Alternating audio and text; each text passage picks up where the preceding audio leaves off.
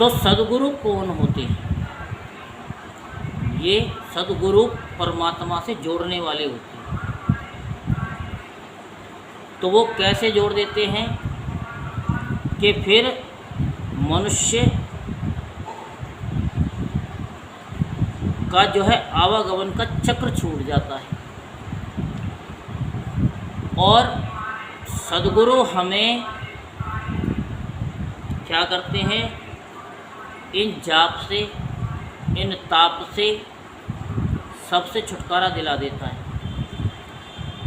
और आत्म तत्व जो आत्मा है और जो परमात्मा है वो आत्मा को परमात्मा से जोड़ देता है। जैसे कल भी बताया था कि श्री कृष्ण भगवान ने गीता में कहा कि हे अर्जुन, तो इसको शरीर समझ रहा है, अपने को शरीर समझ रहा है, मेरे को शरीर समझ रहा है। मेरा और तेरा ये शरीर नहीं है, हम आत्मा हैं। आत्मा न मरती है, न पैदा होती है, न गीली होती है, न इसको कोई सुखा सकता है, न इसको कोई मिटा सकता है। तो हर चीज़ ख़त्म हो सकती है, लेकिन सद्गुरु क्या करती है? क्योंकि श्री कृष्ण भगवान क्या है, जगत गुरु हैं, वो ही इस तत्व ज्ञानी हैं। और सद्गुरु उस तत्व ज्ञान को बताने वाले हैं कि आप गुरु भी देखते कि ये किस श्रेणी में है, यहाँ तक इसकी बात समझ में आ सकती है, नहीं आ सकती है। तो गुरु जी का काम होता है कि उस शिष्य को उस श्रेणी से दूसरी श्रेणी में लेके जाए, एक क्लास से दूसरी क्लास में लेकर के जाए, ये गुरु का दायित्व बनता है। तो सद्गुरु क्या है कि इन जाप ताप से छुटकारा दिलवाते हैं। कबीरदास जी भी लिखते कि जाप मरे अजपा मरे अनहद भी मर जाए, जो भी हम बता रहे थे ना आपको। और सुरत शब्द में बाको काल न खाए, जो शब्द सार है, जो तत्व ज्ञान में आपको बताता हूँ, वो कभी मरता नहीं है। उस तत्व ज्ञान को ही वो सद्गुरु बताते हैं। और नहीं तो बाकी तो सारे गुरु कहेंगे भाई मंत्र लो और माला झोली लो और बस हो जाओ। तभी तो कहा है ना किसी ने, और हमें नहीं पता, आप लोगों को पता है कि माला फेरत जुग भया और भयो ना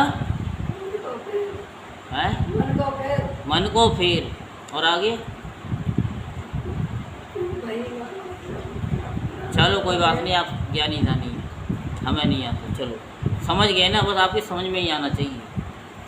तो सद्गुरु का काम है कि हमारी जीव, हमारा ध्यान उस आत्मा में लीन हो जाए, लीन हो जाए। ये आत्मा तत्व जो है ना, ऐसे समझो, आपको मैं गंवार भाषा में ही बताऊंगा कि जैसे पानी, पानी रे पानी तेरा रंग कैसा, जिसमें मिला दो लगे उस जैसा। तो क्या है कि सद्गुरु हमारी जीव, हमारा ध्यान उस परमात्मा में लीन करते हैं और हमारा उस परमात्मा में लीन हो जाता है।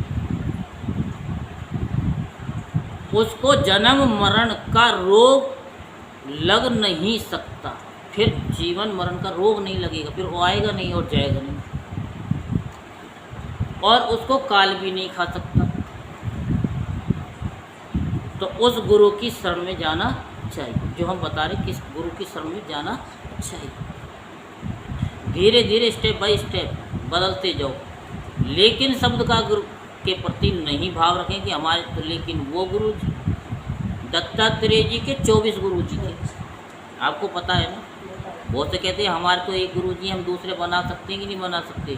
अरे वाई नॉट, क्यों नहीं बना सकते? अरे उन गुरु जी का काम था कि आप तक मिलवा देना। मतलब आप इस श्रेणी में, मान लो आप पढ़े लिखे हो तो पता होगा कि जब हम एक कक्षा से दूसरी कक्षा में जाते तो क्या वो पहली क्लास के बच्चे क्या को पढ़ाने के लिए दूसरी कक्षा में जाएंगे पढ़ाने के लिए? नहीं, उनका सिर्फ सब्जेक्ट वहीं तक था और साल बाद फिर वो बदल जाता है और वो बदलता ही रहता है। और कब तक बदलता है? जब तक तुम पढ़ने नहीं छोड़ देते, फिर संसार वाले बन जाते। तुम ऐसे ही जब तक ये 4 गुरु आपके जीवन में नहीं होंगे तब तक सदगुरु मिलेंगे नहीं। जब तक गुरु नहीं बनाओगे तब तक सदगुरु आपको मिल ही नहीं सकते। क्योंकि पुलिस वाले को पहचानना आसान है, डॉक्टर को पहचानना आसान है, लेकिन सदगुरु को पहचानना आसान बात नहीं। ना जाने किस वेश में मिल जाए भगवान और ना जाने किस वेश में मिल जाए रावण है। हमारी सीता मैया को किस वेश में चुराया गया था? साधु के वेश में चुराया गया। हम तो साफ कहते और सुखी रहते और डंके की चोट पे कहते। तो हमें सदगुरु की शरण में जाना चाहिए जो हमें सत्य के साथ जोड़ दे। जो 3 जो कैटेगरी हमने बताई है ना, कि जो जाप करते हैं और ये वाला जाप करते हैं और ये उंगली दबा करके कानों को बंद करके जो सुनवाते हैं, शंख नगाड़े पता नहीं क्या क्या सुनवा देती हैं, ठीक है। और आपको सुनना हो तो हम बता देंगे कि हाँ जी ऐसे सुनो। तो वो अविनाशी नहीं है, वो सत्य नहीं है। सत्य क्या है? जो परमात्मा से जोड़ दे, जो तत्व है जिसके अंदर से मेरा और तेरे का भाव हट जाए। तो उसमें क्या करना पड़ता है? अब सब्जेक्ट नहीं आता ये तो इसमें भी कहते आपको नहीं पता उसमें क्या करना, उसमें कुछ नहीं करना पड़ता। गुरुजी तो बस कृपा दृष्टि डालते हैं और एक ही काम कहते हैं कि तू आंख बंद करके बैठ जा, बस तू कुछ मत कर। क्या हम बैठते हैं तो बड़ा शब्द आते हैं, कोई घर की प्रॉब्लम आ रही है, कहीं वो हो रहा है, कहीं वो हो रहा है, कहीं वो हो रहा है, क्या? लेकिन जो आएगा तो वो जाएगा भी ना। अब जिस वेग से वो आ रहा है, जब आप खाली बैठने का प्रयत्न करोगे तो धीरे धीरे वो भी कम हो जाएगा। जैसे आप लोग कथा सुन रहे थे इतने दिनों से, तो क्या आपने कथा नहीं सुन रखी थी? पहले सुन रखी थी, फिर भी आप कथा सुनने के लिए आए। क्या आप लोगों ने गुरु नहीं बना रखे? बना रखे हैं। फिर क्यों आए? क्योंकि उन गुरु की ही कृपा आप पे बरस रही है कि जो आपको उस सदगुरु के बारे में बताया जा रहा है। आप ये मत सोचना कि हम गुरु मंत्र देते हैं। 2012 से 15 साल पहले ही हमने गुरु मंत्र देना बंद कर दिया। अब तो हमारे शिष्य ही देते हैं गुरु मंत्र, ऐसे ही है ना? है? हाँ, वो भी दे देती है, उसका कर्म उसके साथ है। नहीं, हमने तो आज्ञा दे रखी है ना कि कहते हैं कि शिष्य को उतना ही बनाओ जितना आप फेस टू फेस बातचीत कर सको और उसकी प्रॉब्लम को सॉल्व कर सको और उनको परमात्मा से जोड़ सको। जो आत्म ज्ञान को रखता है परमात्मा से, जो भगवान कहते हैं गुरुदेव जोड़ते हैं, तो वही गुरु जोड़ सकता है जो आत्म ज्ञान को जानता हो। आत्म ज्ञान है क्या? आत्म तत्व क्या है? तत्व ज्ञान है क्या? तो आत्म तत्व से जुड़ जाने पर आप उस अविनाशी तत्व से जुड़ जाते हैं जिसका कभी नाश नहीं होता। वही सत्य है, वही सत्य है। कृष्ण जी ने गीता जी में बताया, वो मैंने आपको बताया। तो सतगुरु सोही जो सत नाम बतावे और बाकी गुरु कोई काम ना आवे। बाकी गुरु कोई काम नहीं आता, वो तो सिर्फ इतना ही है कि वो आपको उस तक ट्रांसफ़र कर रहे हैं। जैसे सरकारी नौकरी होती है तो उन्हें ट्रांसफ़र कर दिया जाता है। क्यों करती? सबको ट्रांसफ़र करते रहते हैं कि नहीं करते रहते हैं? कुछ साल बाद, कुछ 6 महीने बाद सबको ट्रांसफ़र कर देती। तो ऐसे ही ये गुरु भी कहते हैं कि कोई बात नहीं, जितना हमको आता है उतना तो हम करेंगे, लेकिन उसके लिए आगे भी हम आपको धक्का दे देंगे। कि धक्का देने का मतलब ये नहीं कि वो कहेंगे कि गुरु बना लो, वो तो सिर्फ उनका प्रताप से आपको सदगुरु मिल जाएंगे। तो यही कल भी बताया कि राम जी ने क्यों गुरु बनाए, बताया आपने कहा सुना, कल तो आप आए नहीं, अब बोला है। और कृष्ण जी ने भी गुरु बनाई हैं। हाँ, तो इस पे विचार करना पड़ेगा। करो विचार, क्यों बनाई। और गीता के तीसरे चौथे अध्याय में 34वें श्लोक में अर्जुन को भी गुरु धारण का उपदेश किया कृष्ण भगवान ने,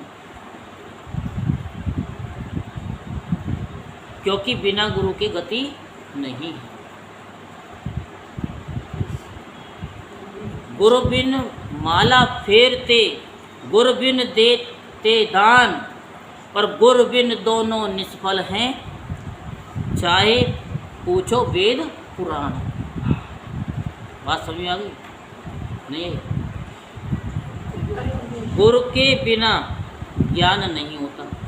ठीक है, वही बताया कि गुरु बिन माला फेरते, बिना गुरु के माला बहुत से फेरते रहती, पाठ पूजा करते रहती, वो सब बेकार।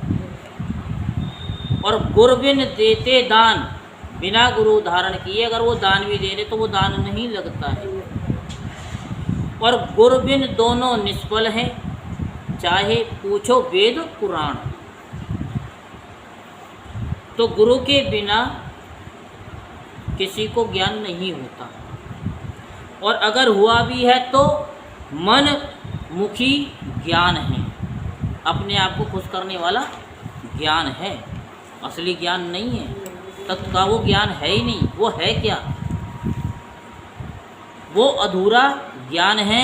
पूर्ण ज्ञान गुरु ही दे सकता है। और क्या कल बताया? नहीं, अब तो थोड़ा सा बता ही देता हूँ, जो नहीं तो फिर कल फिर और टॉपिक पे सुनाएंगे। लेकिन थोड़े से रामायण पे भी बता देंगे गुरु के बारे में कि गुरु क्या है, बनाते हैं तो क्या होता है शिष्य का। जैसे जथा सुअंजन अंजिद्रग, साधक सिद्ध सुजान, कौतुक कहते देखत। तो जथा सुअंजन अंजिद्रग, साधक सिद्ध सुजान, कौतुक देखत सैलवन भूतल भूरी निधान। तो जब गुरु की कृपा हो जाती है तो जैसे कहते जो साइंटिस्ट होते हैं मशीन लगा करके ज़मीन देख लेते हैं, ऊपर रखेंगे लेकिन अंदर देख लेंगे कि इसके नीचे पानी कितना है, इसके नीचे खान कहाँ पर है, वो खेल खेल में ही देख लेते हैं। गुरु की जब कृपा होती है तो सोई गुरु पूरा कहावे, जो दो अक्षर का भेद बतावे। इन दोनों भेद क्या है? एक छुड़ावे एक लखावे, तब प्राणी निज घर को जावे। पहला अक्षर जो भी बताया ABCD वाला, इससे तो छुड़ा दे कि भाई तुम ये जप लो, ये कर लो माला लेकर के, इससे तो छुड़ा दे। आप पूछती हो ना बार बार जाप करूं ना करूं, हम कहते अब नहीं करूं, हो गया तुम्हें जो करना था, तो उससे तो छुड़ा दे, लेकिन उसके बाद परमात्मा से मिला दे।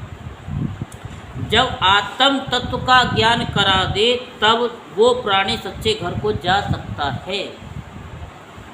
बार बार अपनी माँ के गर्भ में आने की उसे कोई ज़रूरत नहीं होती और न पड़ेगी, जिसमें श्री कृष्ण जी ने गीता जी में बोला है, मेरा असली ज्ञानी पुरुष मेरा भक्त वही है। कौन? जो इस जन्म मरण के बंधन को तोड़ने के लिए जन्मों जन्मों से प्रयासरत हो, प्रयास करे। बाकी तो कथा सुन करके पल्ला झाड़ के सब चले जाते, किसको याद रहती है। लेकिन कल से हम वो भी याद करवाएंगे। हम बोलेंगे तो आप भी बोलोगे, जैसे हम बोलेंगे वैसे आप बोलोगे। हम कहेंगे एक तो आप भी बोलोगे एक, हम बोलेंगे दो तो आप भी बोलोगे दो। उदाहरण समझ में आ गया ना कि एक समय तो आप भी कहेंगे एक समय, ठीक है। क्यों? क्योंकि हम चाहते हैं कि उस परमात्मा से आप कनेक्ट हो जाए, आपका भी जीवन धन्य हो जाए और हमारा भी धन्य हो जाए। जब उसके दिव्य संस्कार जागृत हो जाते हैं तो कोई ना कोई भेदी गुरु उसके जीवन में आ ही जाता है। पहले तो कुछ ना कुछ तो करना ही पड़ेगा। अब लिखना नहीं आता, अब कब हम तो गुरु क्यों बनाए? अरे लिखना नहीं आता तो हाथ से पकड़ पकड़ के, तो जैसे टीचर भी लिखवाते हैं शुरू में, माँ बाप भी लिखवाते हैं, कुछ दिनों बाद वो हाथ भी हट जाता है, फिर अपने आप ही लिखना शुरू कर देते। तो वही चीज़ है कि उनका हाथ हटेगा, गुरुजी तुरंत ट्रांसफ़र कर देंगे, लो जी। गुरुजी जा कर के थोड़ी कहेंगे कि भैया तू अब इसको गुरु बना ले। ये तो आपको गुरुजी का प्रताप होगा और समझ में आ जाएगी, तुम्हारी वो जाप पूरा हो गया तो आप सदगुरु से मिल सकते हैं। तो उसे जीवन मरण से मुक्त कर देता है सदगुरु, क्योंकि जपी तपी सन्यासी नहीं चाहिए कि भाई जाप बता दो ताप बता दो। मोह को कहा ढूंढे बंदे मैं तेरे पास में, ना मैं जप में ना मैं तप में ना एकांत निवास में, खोजी होए तुरंत मिल जाऊं एक पल की तलाश में। और कहे कबीर सुनो भाई साधु मैं तो हूँ विश्वास में। क्योंकि यहीं से रामायण शुरू होती है, श्रद्धा विश्वास रूपणो। जब तक श्रद्धा नहीं होगी तब तक विश्वास नहीं होगा, जब तक विश्वास नहीं होगा परमात्मा भी नहीं मिलेगा। तो विश्वास जगाने के लिए गुरु जी कुछ ना कुछ अपनी वो चलाते हैं। तो विश्वास में है, अंधविश्वास में भगवान नहीं है। और शब्द के सार लगाया जा रहा है क्या? क्योंकि सार का कभी नाश नहीं होता और जिसका नाश नहीं होता वो आत्मा है। इसीलिए सद्गुरु उस आत्मा से जोड़ देते हैं। आत्मा को आत्मा, वो भी आत्मा ही, तो वही परमात्मा हो गई। बोलो गुरु महाराज की।